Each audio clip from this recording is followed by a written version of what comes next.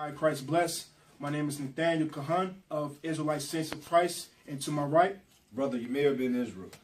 Today's topic is servants obey your masters, which is in Ephesians 6.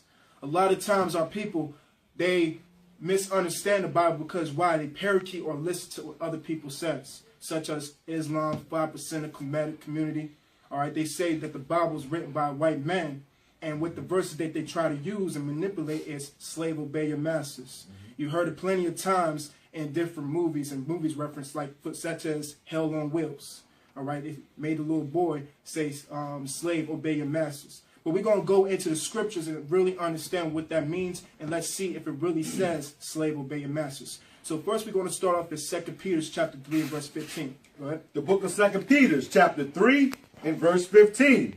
And account that the long suffering of our Lord is salvation, even as our beloved brother Paul also according to the wisdom given unto him have written unto you. All right, go ahead. And also in all his epistles, speaking in them of these things, in which are some things hard to be understood, which they that are unlearned and unstable rest, as they do also the other scriptures, unto their own destruction. Right. So what Peter is saying is that Paul's letters can be hard to be understood. Peter read the letters of Paul. All right. And our people, because of that not being unlearned, being not learned, but being unlearned, all right, they don't understand what the scriptures are saying, what Paul is saying, because they wrestle in the scriptures of Paul like they do the other scriptures. Because why? They don't have the full understanding, and also because they don't have the Spirit of Christ on them. That's what our job is, to give you the full understanding. So now let's go to Ephesians chapter 6 and verse 5. The book of Ephesians chapter 6 and verse 5. Servants, be obedient to them that are your masters, according to the flesh. So it says, servants, be obedient to them, your masters, who are according to the flesh. Well, let's first see what it means being according to the flesh. Let's go to the book of Romans, chapter 9 and verse 3. The book of Romans, chapter 9 and verse 3. For I could wish that myself were accursed, but from Christ, from my brethren, my kinsmen, according to the flesh. According to the flesh. Go ahead. Who are Israelites. Who are who? Who are Israelites. Who are Israelites. Paul is clearing up according to the flesh who are Israelites. All right, go ahead. To whom pertaineth the adoption, and the glory, and the covenants, and the giving of the law. And the giving of the law, which we're going to further understand what Paul is speaking about in Ephesians chapter 6. And the giving of the law. Is that it on that? No. Right? And the service of the Most High. And the service of the Most High. When he was doing the animal sacrifices, the ceremonial laws, all right, the civil laws, the services of the Most High. Go ahead. And the promises. And the promise, giving everlasting life, getting the kingdom. So now let's go right back to Ephesians 6, and let's read verse 5 again. The book of Ephesians, chapter 6 and verse 5. Servants, be obedient to them that are your masters, according to the flesh, with fear and trembling, in singleness of your heart, as unto Christ. Right. So Paul's saying, be obedient to your masters according to the flesh. Who are Israelites? Which we're going to go into the law. And without the shadow of doubt, we're going to understand what Paul is speaking about. But first, let's go to Colossians chapter 3 and verse 22. The book of Colossians, chapter 3 and verse 22. Servants, obey in all things your masters according to the flesh, not with eye service as man pleasers, but in singleness of heart, fearing the Most High. Right, fearing the Most High. Because the masters were supposed to be stand-up men, righteous men. But we're going to understand who the servants are and what Paul is speaking about. First, let's go into the law. Let's go to Exodus chapter 21. And we're going to read verse 1 and 2. The book of Exodus, chapter 21, verse 1. Now these are the judgments which thou shalt set before them. If thou buy an Hebrew servant, 6 years he shall serve, and in the 7th he shall go out free for nothing. If thou buy a Hebrew servant, and Hebrew servant, who are the Hebrews? The Israelites. That's who the Hebrew servants. 6 years work for him, and then in the 7th, go free. What is that talking about? Why it says 6 years serving and 7 go free? Let's go to the book of Leviticus chapter 25. Leviticus 25. And we're going to start at verse 25. The book of Leviticus, chapter 25 and verse 25. If thy brother were waxing poor and have sold away some of his possessions, and if any of his kin come to redeem it, then shall he redeem that which his brother sold. Right. So we now get into what is known as the law of Jubilees. All right. We get into what is now as the law of Jubilees and what is supposed to be done after the 7th year. This goes right back to the Hebrew servant. So now, let's go to verse 39.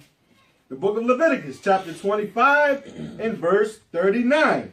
And if thy brother that dwelleth by thee be waxing poor, and be sold unto thee, thou shalt not compel him to serve as a bond servant. Right. Thou shalt not compel him to serve as a bond servant, as you could do as the other nations. When you keep reading in this chapter, it tells you what you can do as the other nations. You can have them as a bond servant and give them to an inheritance to your children. But let's see what the Most High says about the Hebrew servant, about your brethren. Go ahead. Verse 36. Take thou none unsuring. No, verse 39. Verse 40. Verse 40. But as an hired servant and as a sojourner, he shall be with thee and shall serve thee unto the year of Jubilee. He shall be with thee and serve thee as a servant. Many of y'all, if y'all born in the 90s, or even it's a rerun, you probably saw Fresh Prince of Bel-Air. What do you see? You see Uncle Phil, and then also you see Jeffrey. Uncle Phil and Jeffrey is same people, all right? So as a result, he's a servant for hire. So read verse 40 again.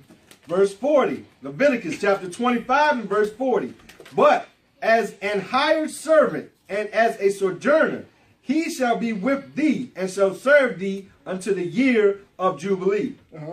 And then shall he depart from thee, both he and his children with him, and shall return unto his own family, and unto the possession of his fathers shall he return.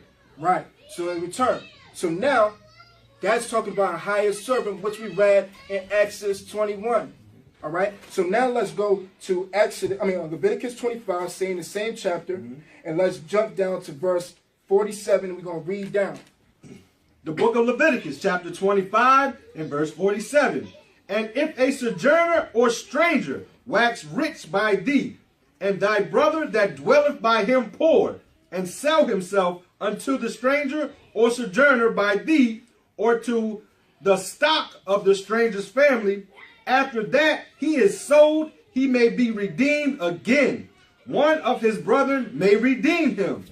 Either his uncle or his uncle's son may redeem him, or any that is nigh of kin unto him of his family may redeem him, or if he be able, he may redeem himself. So, what now the law is saying, if there was a stranger, other nations, that may be on the land, all right, and one of your brethren, they wax poor and they sell themselves to the other nations, all right, that's what was going on. Because why?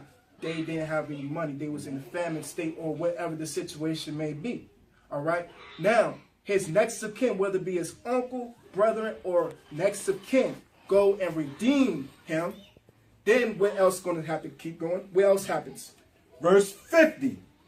And he shall reckon with him that bought him from the year that he was sold to him unto the year of Jubilee. And the price of his sale shall be according unto the number of years, according to the time, and hired servant shall it be with him. Keep going. If there be yet many years behind, according unto them, he shall give again the price of his redemption out of the money that he was bought for. Right. Jump down to verse 53. Verse 53. And as a yearly hired servant shall he be with him, and the other shall not rule with rigor over him in thy sight. Right. Hired servant. Now, let's go to Deuteronomy chapter 15. And we're going to read verse 12. It's saying the exact same thing which we read in Exodus 21. All right? The book of Deuteronomy, chapter 15 and verse 12. And if thy brother, an Hebrew man or an Hebrew woman, be sold unto thee, and serve 6 years, then in the 7th year thou shalt let him go free from thee. Right. Going right back to Leviticus 25, Exodus 21, which is talking about a Hebrew servant. So now, to finish this up, we're going to go right back to Ephesians chapter 6 and verse 5. The book of Ephesians, chapter 6 and verse 5. Servants, be obedient to them that are your masters, according to the flesh. So servants, be obedient to them and the masters according to the flesh. It's not speaking about slaves. Obey your masters. It's not talking about that. It's talking about of your Hebrew brother. Finish up on that. With fear and trembling, in singleness of your heart as unto Christ.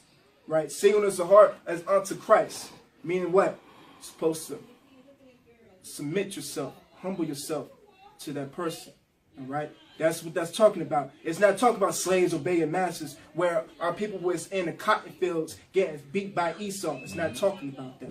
So with that, we give all praise to the Most High for allowing us to understand this truth that's coming out of the scriptures. And with that, we say shalom. Shalom.